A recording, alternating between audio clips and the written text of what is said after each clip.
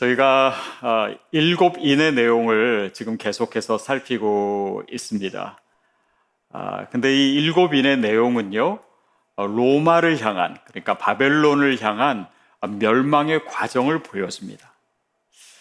그런데 그 멸망의 과정이 바벨론에게는 그렇지만 우리 크리스찬은요, 그 말씀을 통해서 소망을 봅니다. 왜냐하면 그 말씀 속에 숨겨진 이 세상과 상황을 이기는 능력에 대해서 주님께서 우리에게 말씀하고 계시기 때문이에요. 그래서 첫 번째 인을 통해서는 두려움이 아니라 우리가 소망의 능력을 가져야 된다. 또 두 번째 인을 통해서는 분열되고 또 내분하는 그런 싸움이 아니라 화평의 능력이 있을 때 우리가 이 상황과 또 악한 세력들을 이길 수 있는 능력을 소유하게 되므로 우리가 소망을 가질 수 있다라고 나눴습니다. 오늘은 우리에게 주시는 나눔의 능력이고 또 욕망을 제어하는 그런 능력입니다. 오늘 본문 말씀 다시 한번 같이 본문을 생각하면서 읽도록 하겠습니다. 시작. 셋째 인을 떼실 때에 내가 들으니 셋째 생물이 말하되 오라 하기로 내가 보니 검은 말이 나오는데 그 탄 자가 손에 저울을 가졌더라. 내가 내 생물 사이로부터 나는 듯한 음성을 들으니 이르되 한 데나리온의 밀 한 되요 한 데나리온의 보리 석 대로다. 또 감람류와 포도주는 해치지 말라 하더라. 자, 세 번째 인에서도 여전히 말이 나옵니다. 근데 이 말의 색깔이 검은색이에요. 유대 문학에서 이 검은색은 어떤 의미를 갖냐면 가뭄이나 기근을 얘기합니다. 또 죽음을 얘기하기도 하죠. 근데 그 뒤에 보면은 그 말탄자가 손에 뭘 가졌냐면 저울을 가지고 있습니다. 저울이라고 하는 것은 뭔가 무게를 재고 또 계산하고 뭔가 이렇게 경제에 연관된 그런 표현입니다. 그래서 이 두 표현을 우리가 같이 봤을 때 이 재앙의 의미는 뭐냐면 뭔가 경제적인 재앙이 임할 것이다 라고 하는 것을 가르쳐 주는 것입니다. 그 뒤에 내용을 보면요, 밀 한 되에 한 데나리온이고 보리 석 되에 한 데나리온이다 이렇게 나와 있어요. 근데 이제 학자들이 연구를 해보니까요, 이 곡식의 가격이 그 당시에 그 가격을 이제 계산해 보니까 평소보다 최소한 8배에서 20배 이상이 높은 거예요. 그러니까 굉장히 큰 인플레이션이 일어난 것입니다. 왜 이렇게 가격이 올랐을까? 그래서 혹시 그 즈음에 기근이나 이렇게 자연재해나 이런 것들이 있었나 해서 이제 학자들이 역사적으로 이걸 살펴봤는데 그런 것이 없는 거예요. 그런데 왜 이렇게 물가가 올랐을까요? 그 힌트가 바로 2절 마지막 부분에 있습니다. 뭐라고 나왔냐면 감람유와 그러니까 올리브유와 포도주는 해치지 말라 하더라. 이것이 무슨 의미냐면요, 그 당시에 이제 농경지가 있었습니다.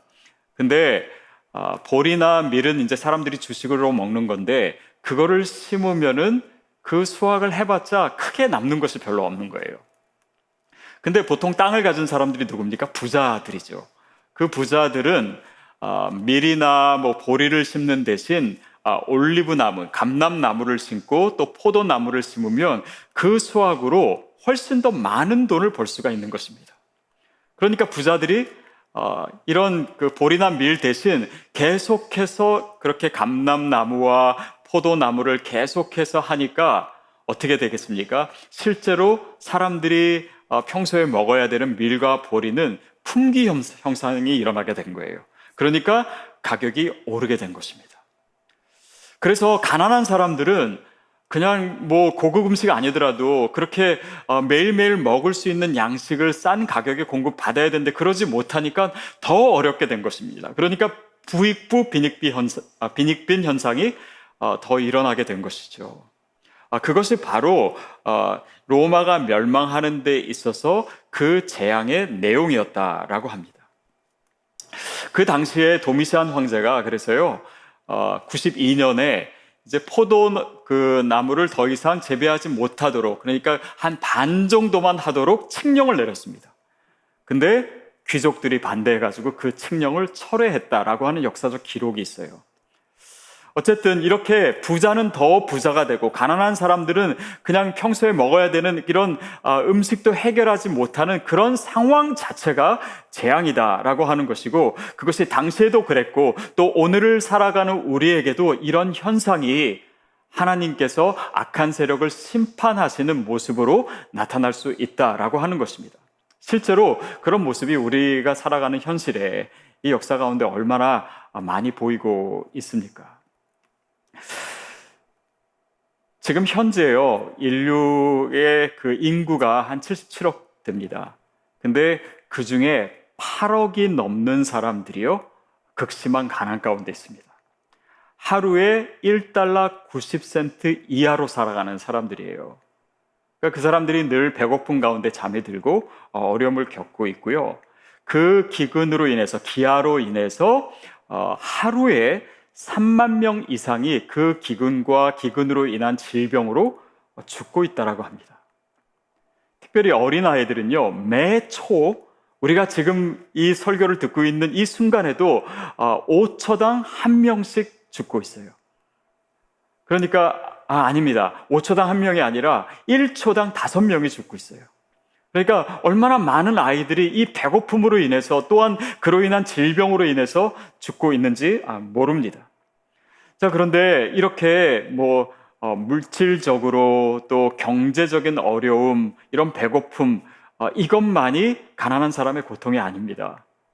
그것보다 훨씬 더 정신적으로, 또 사회적으로, 또 여러 인간의 삶에 총체적으로 고통을 당하고 있습니다.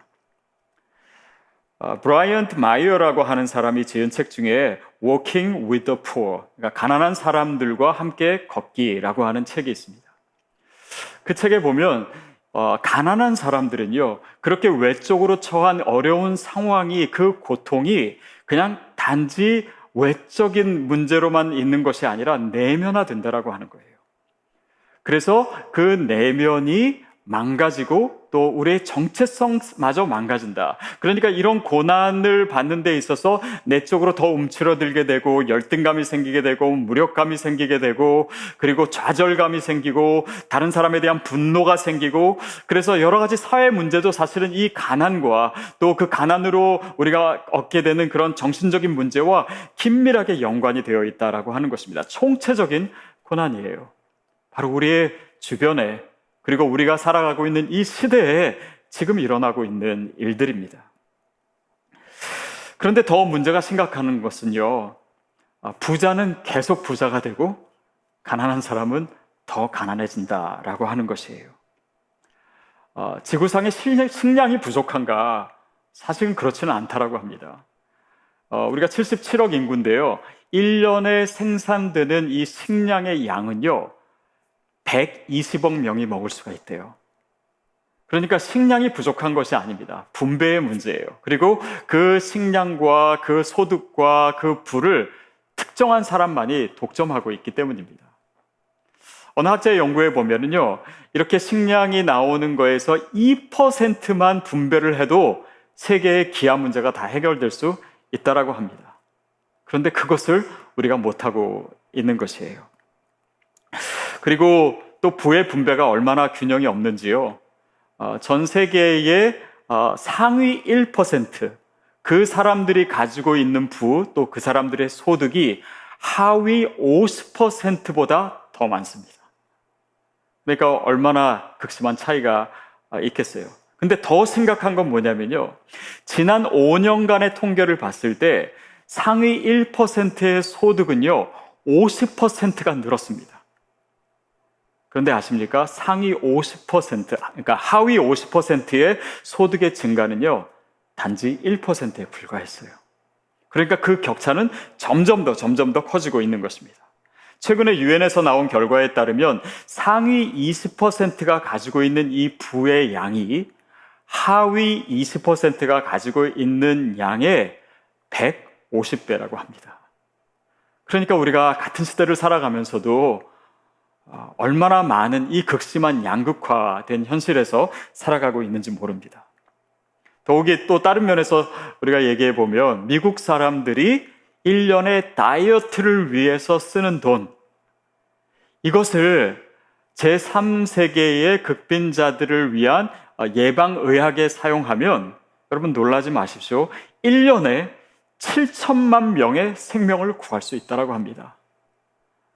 그러니까 어떤 사람은 너무나 많이 먹어가지고 그 살을 빼려고 돈을 또 쓰는 반면에 그 돈이 없어서 1년에 그렇게 많은 사람들이 죽고 있어요.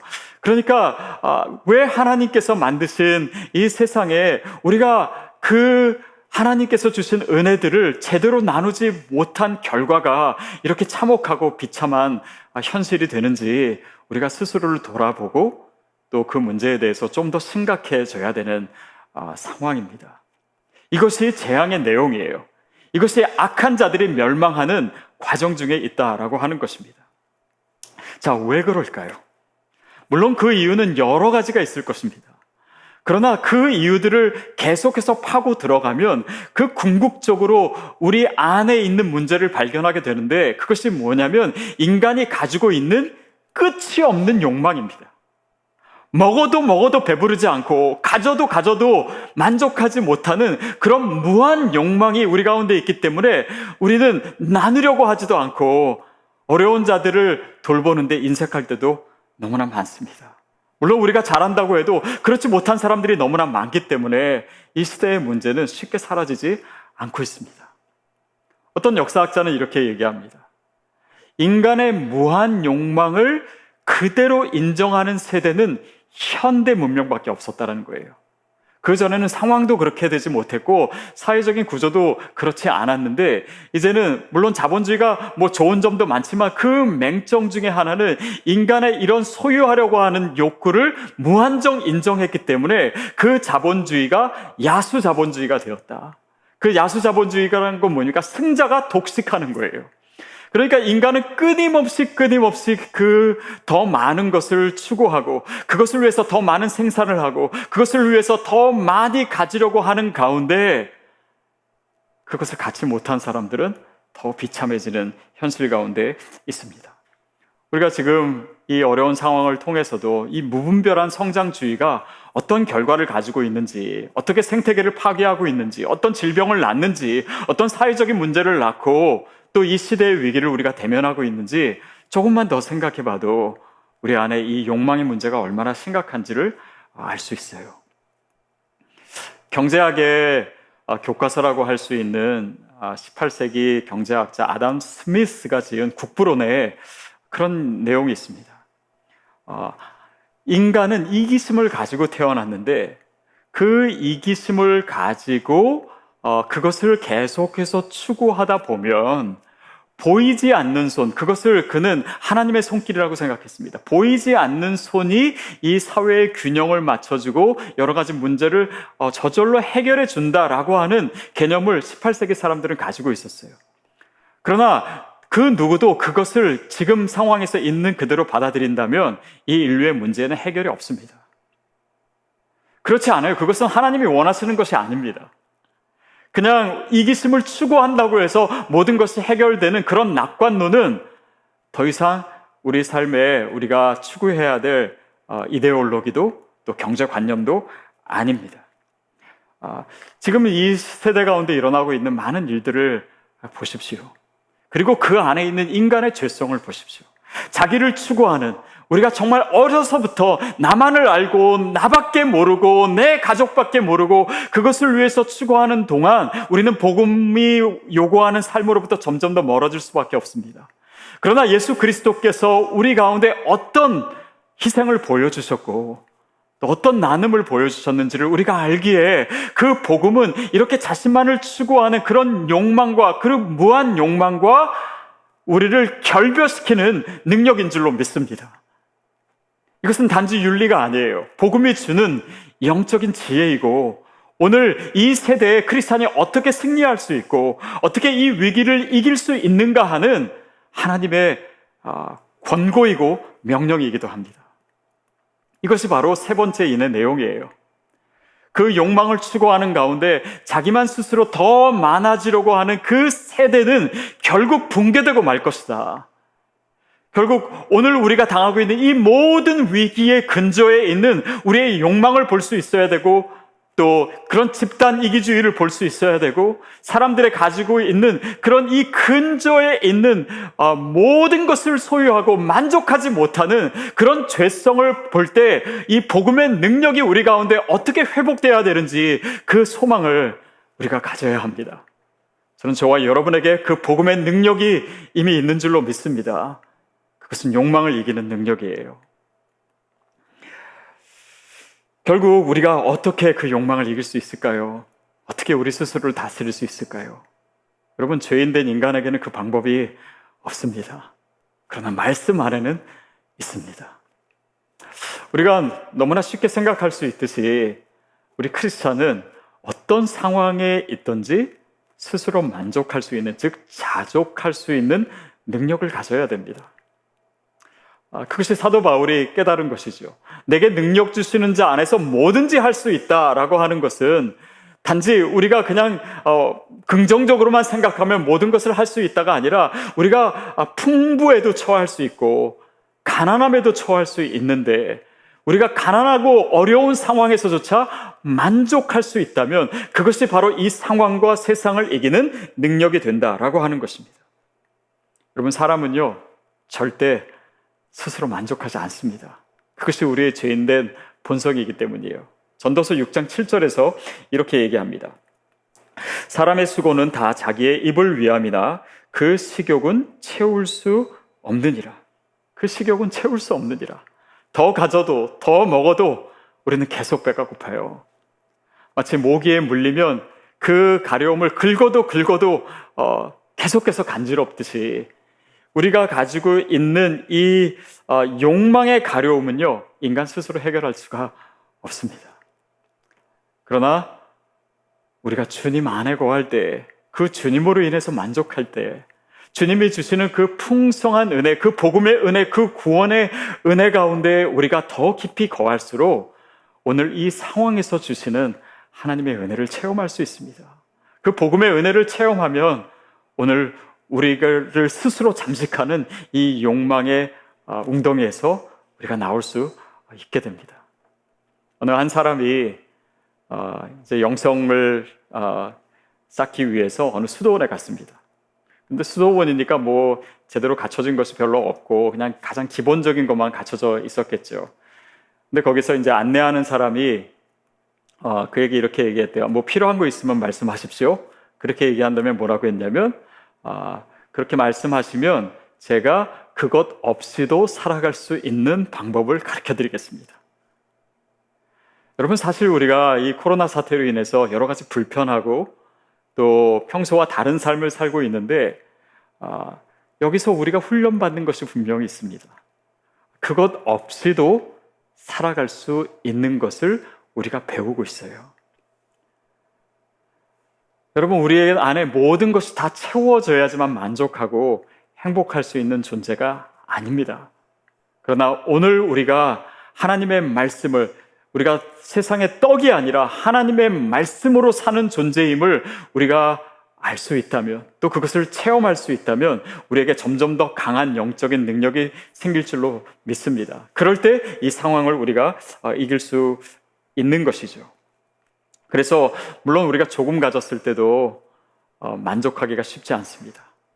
그러나 기억하십시오. 우리가 더 많이 가졌을 때는요, 더 만족하기가 쉽지 않습니다.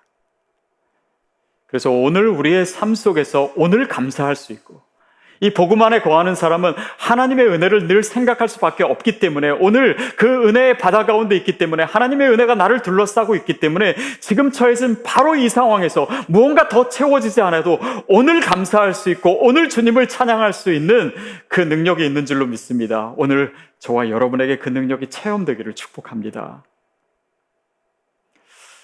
그 다음에는요, 우리가 나눌 수 있는 능력이 있으면 이 상황을 이길 수 있습니다. 몇 년 전 이야기입니다. 저희 아들이 학교에서 이제 점심 시간이 됐는데, 그날 이제 점심 그 메뉴로 그 돼지고기가 나왔다라는 거예요. 근데 자기 친구 중에 이제 이슬람권 아이가 하나 있는데 그 아이는 이제 돼지고기가 나오니까 그 점심을 먹지를 못했습니다. 근데 저희 아들이 기특하게도 자기가 평소에 이제 아껴 먹으려고 그 락커에 두었던 초코파이가 하나 있었대요. 그래서 그것을 그 이슬람 친구에게 나눠줬더니 그 아이가 큰 감동을 받았다라고. 그래서 그 얘기를 하길래 제가 정말 잘했다라고 칭찬했습니다. 네가 초코파이의 위상을 이슬람권에 알렸구나. 그리고 너로 인해서 그 아이가 예수 믿는 아이의 사람에 대해서 좀 다르게 생각할 수도 있었을 거다 얘기를 했어요. 제가 기뻤던 것은 우리가 조그만 것이나마 나눌 수 있는 능력은 단지 다른 사람을 기쁘게 하는 의미도 있지만 그 능력이 우리의 삶을 주님의 승리로 인도해 주기 때문입니다. 우리를 더 강하게 해주기 때문이에요. 그 능력이 우리로 하여금 승리케 해주기 때문입니다. 성경은요, 계속해서 이 구약에서는 더욱더 강조되고 있는데, 나누라, 가난한 사람을 돌보라, 약한 자를 도와줘라. 그렇지 않으면 망한다라고 얘기해요. 이스라엘 백성이 포로로 끌려갔습니다. 근데 선지자들을 통해서 하나님께서 계속 말씀하셨던 그 포로된 이유가 뭔지 아십니까? 첫 번째는 우상 숭배입니다. 그런데 두 번째가 뭐냐면 약한 자들을 너희가 돌보지 않았기 때문이다. 주님은 그렇게 얘기하세요. 그리고 그 문제를 주님은 굉장히 심각하게 얘기하고 계십니다. 이사야 1장에 보면은 이스라엘 백성들이 절기를 지키고 안식일을 지키고 제사를 드리고 하는데 하나님께서 그것을 받지를 않으세요. 내가 눈을 가리우겠다. 너희는 내 마당만 밟을 뿐이다. 내가 역겹다라고 얘기하시면서 그렇게 느끼시는 이유를 뭐라고 얘기하시는지 아십니까? 너희가 객과 고아와 과부를 돌아보지 않았기 때문이다. 그게 이유예요. 거기에는 이유가 있습니다. 이사야 말씀을 통해서 우리가 보는 것은요, 하나님은요, 약한 자들을 학대하는 자들을 미워하십니다. 그런데 그것이 전부가 아니에요. 하나님이 말씀하시는 그 내용을 보면요, 그는 단지 약하고 가난한 자를 학대하는 자를 미워하실 뿐 아니라 그들을 도와주지 않고 아무것도 하지 않는 이스라엘 백성들을 향해서 하나님은 분노하고 계셨습니다. 더 궁극적인 이유를 살펴보면요, 하나님은요, 그 가난한 자들과 자신을 일치시키고 계세요. 동일화시키고 계세요. 그것이 바로 잠언 말씀에 있는데요, 잠언 14장 31절 말씀을 보도록 하겠습니다. 함께 읽겠습니다. 시작. 가난한 사람을 학대하는 자는 그를 지으신 이를 멸시하는 자요, 궁핍한 사람을 불쌍히 여기는 자는 주를 공경하는 자라. 여러분, 이 말씀 놀랍지 않습니까? 가난한 사람을 학대하는 자는 그를 지으신 이를 멸시하는 것이고, 또 궁핍한 자를 불쌍히 여기는 자는 주를 공경하는 것이다. 여러분, 예수님께서는요, 마태복음 25장에서 이 말씀을 더 노골적으로 하고 계십니다.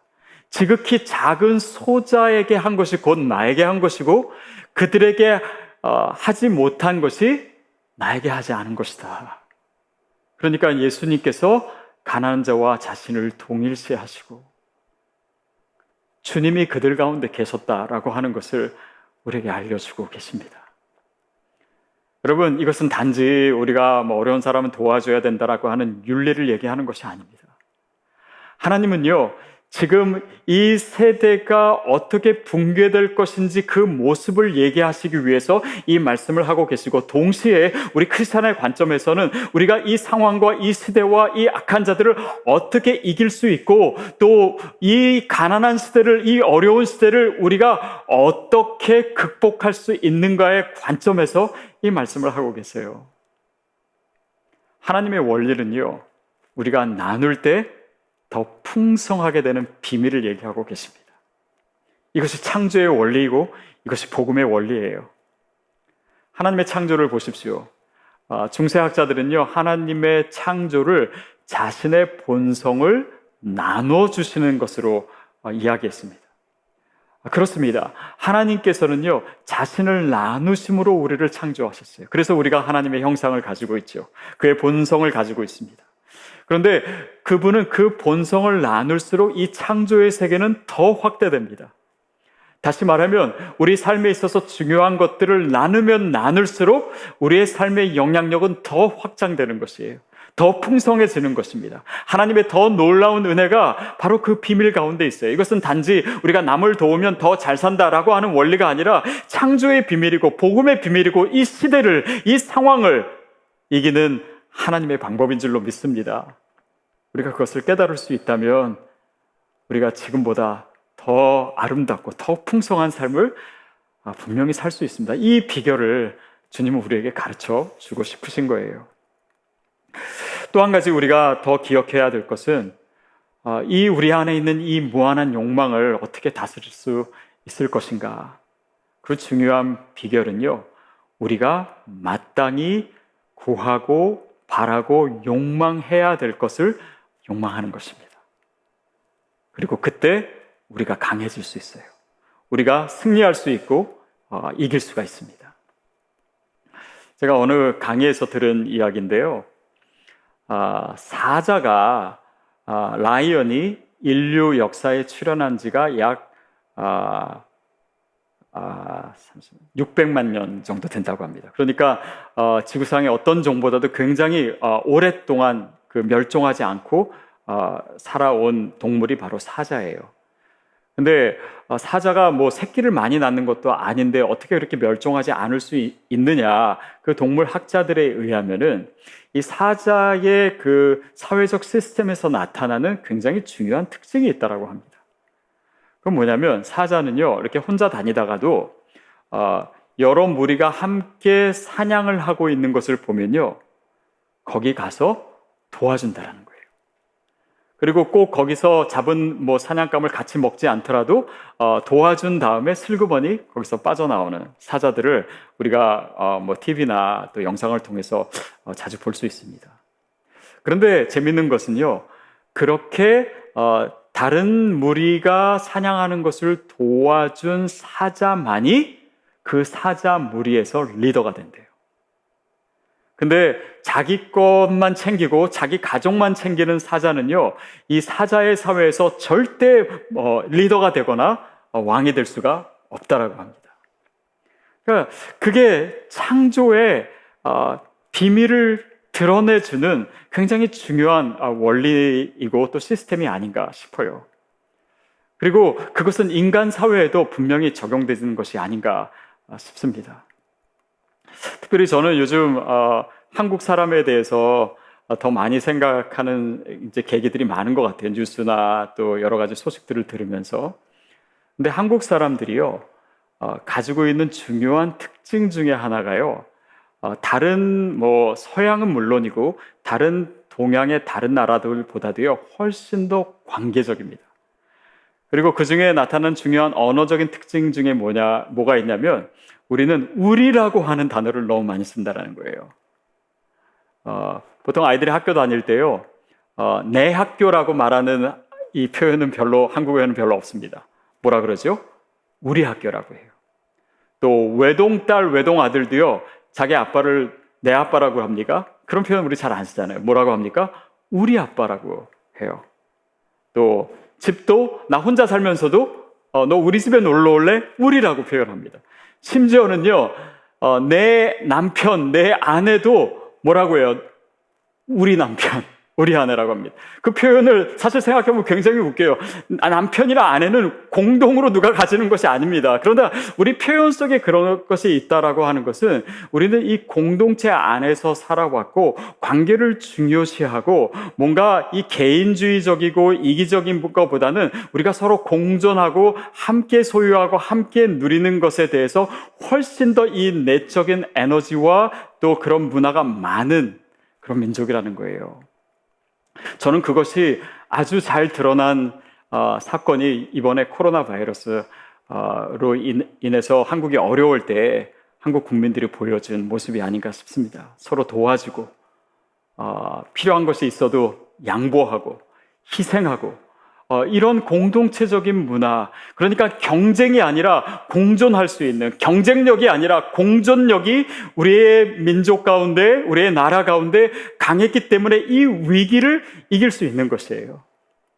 여러분, 사람이 자기만 알고 욕심을 부리면요, 약해지게 되어 있습니다.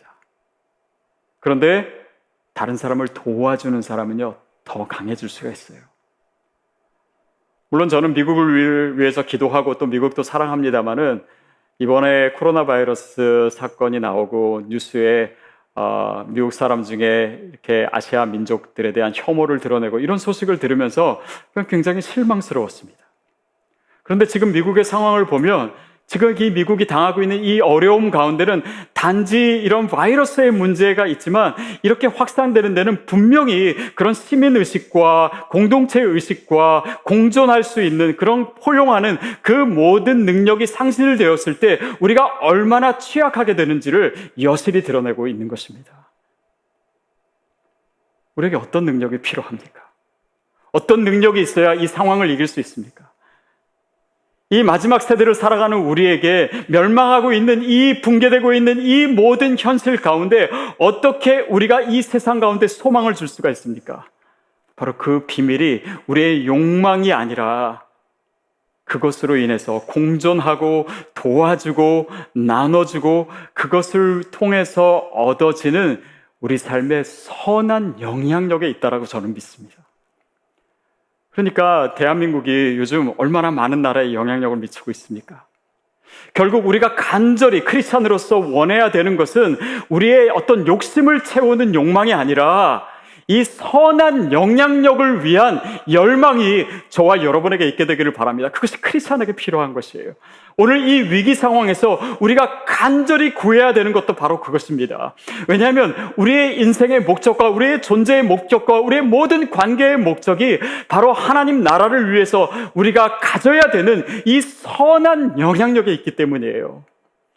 그래야 이 땅에 소망을 줄 수 있기 때문입니다. 그래야 우리가 이 상황과 이 시대를 이길 수 있기 때문이에요. 그래야 우리가 이 멸망하는 이 세대 가운데 함몰되지 아니하고 이 가운데 소망의 노래를 부를 수 있기 때문입니다. 그것이 바로 복음이 주는 능력이에요. 복음이 주는 세상과 다른 거룩의 능력입니다. 그럴 때 우리가 주님 안에서 만족할 수 있고 우리가 그럴 때 나에게 손해 가는 것 같지만 나눌 수 있는, 그래서 그로 인해서 하나님이 주시는 선한 영향력으로 내 관계와 내 주변과 이 시대를 변화시키는 그 소망의 이야기를 위해서 저와 여러분에게 하나님 오늘도 말씀하고 계십니다. 그 음성을 듣게 되기를 축복합니다. 세 번째 인의 재앙은 그렇게 해서 이 시대에도 주어지고 있습니다. 요즘 이 마케팅 하는 사람들 중에요, 인플루엔서 마케팅이라고 있습니다. 이 사람들은요, 이제 SNS에서 많이 활동을 해가지고 이 자기의 영향력을 가지고 뭘 하냐면 물건을 팔아요. 그래서 부자가 됩니다. 그것이 세상이 얘기하는 영향력이에요. 그러나 저와 여러분에게 주시고자 하시는 하나님의 영향력은 무엇입니까? 우리가 가지고 있는 그 힘을 통해서 단지 내 욕구를 채우는 것이 아니라 이 거룩한 욕구, 하나님 나라를 위한, 그 영혼들을 위한, 예수 그리스도의 생명을 위한 그 거룩한 욕망을 우리가 가질 수 있을 때 우리의 이 세속적인 욕구를 넘어설 수 있게 되는 것입니다. 사랑하는 여러분, 우리가 복음을 믿고 예수 그리스도를 영접했을 때 이미 우리에게 주신 능력입니다. 그리고 이 복음이 오늘 우리로 하여금 진정한 소망을 갖게 해요. 계시록의 시대도 그렇고 이 시대도 여전히 우리는 이 마지막 세대인 것처럼 살아가야 되는 그런 종말론적인 삶을 우리가 살고 있습니다. 그럴 때 우리가 그냥 주님 어서 오시옵소서 할렐루야 그리고 그렇게 정말 말로만 예수님의 오심을 기다리는 그런 존재가 아니라 주님이 원하시는 삶의 모습으로, 우리 내면의 모습으로, 우리 안에 있는 이 죄성이 아니라 그 죄성과 그 욕망을 이기는 참된 욕망으로 저와 여러분이 무장되기를 바랍니다. 그럴 때 저와 여러분을 통해서 하나님의 소망의 역사는 계속될 줄로 믿습니다. 그 놀라운 은혜와 축복이 우리 가운데 있기를 주님의 이름으로 축복합니다.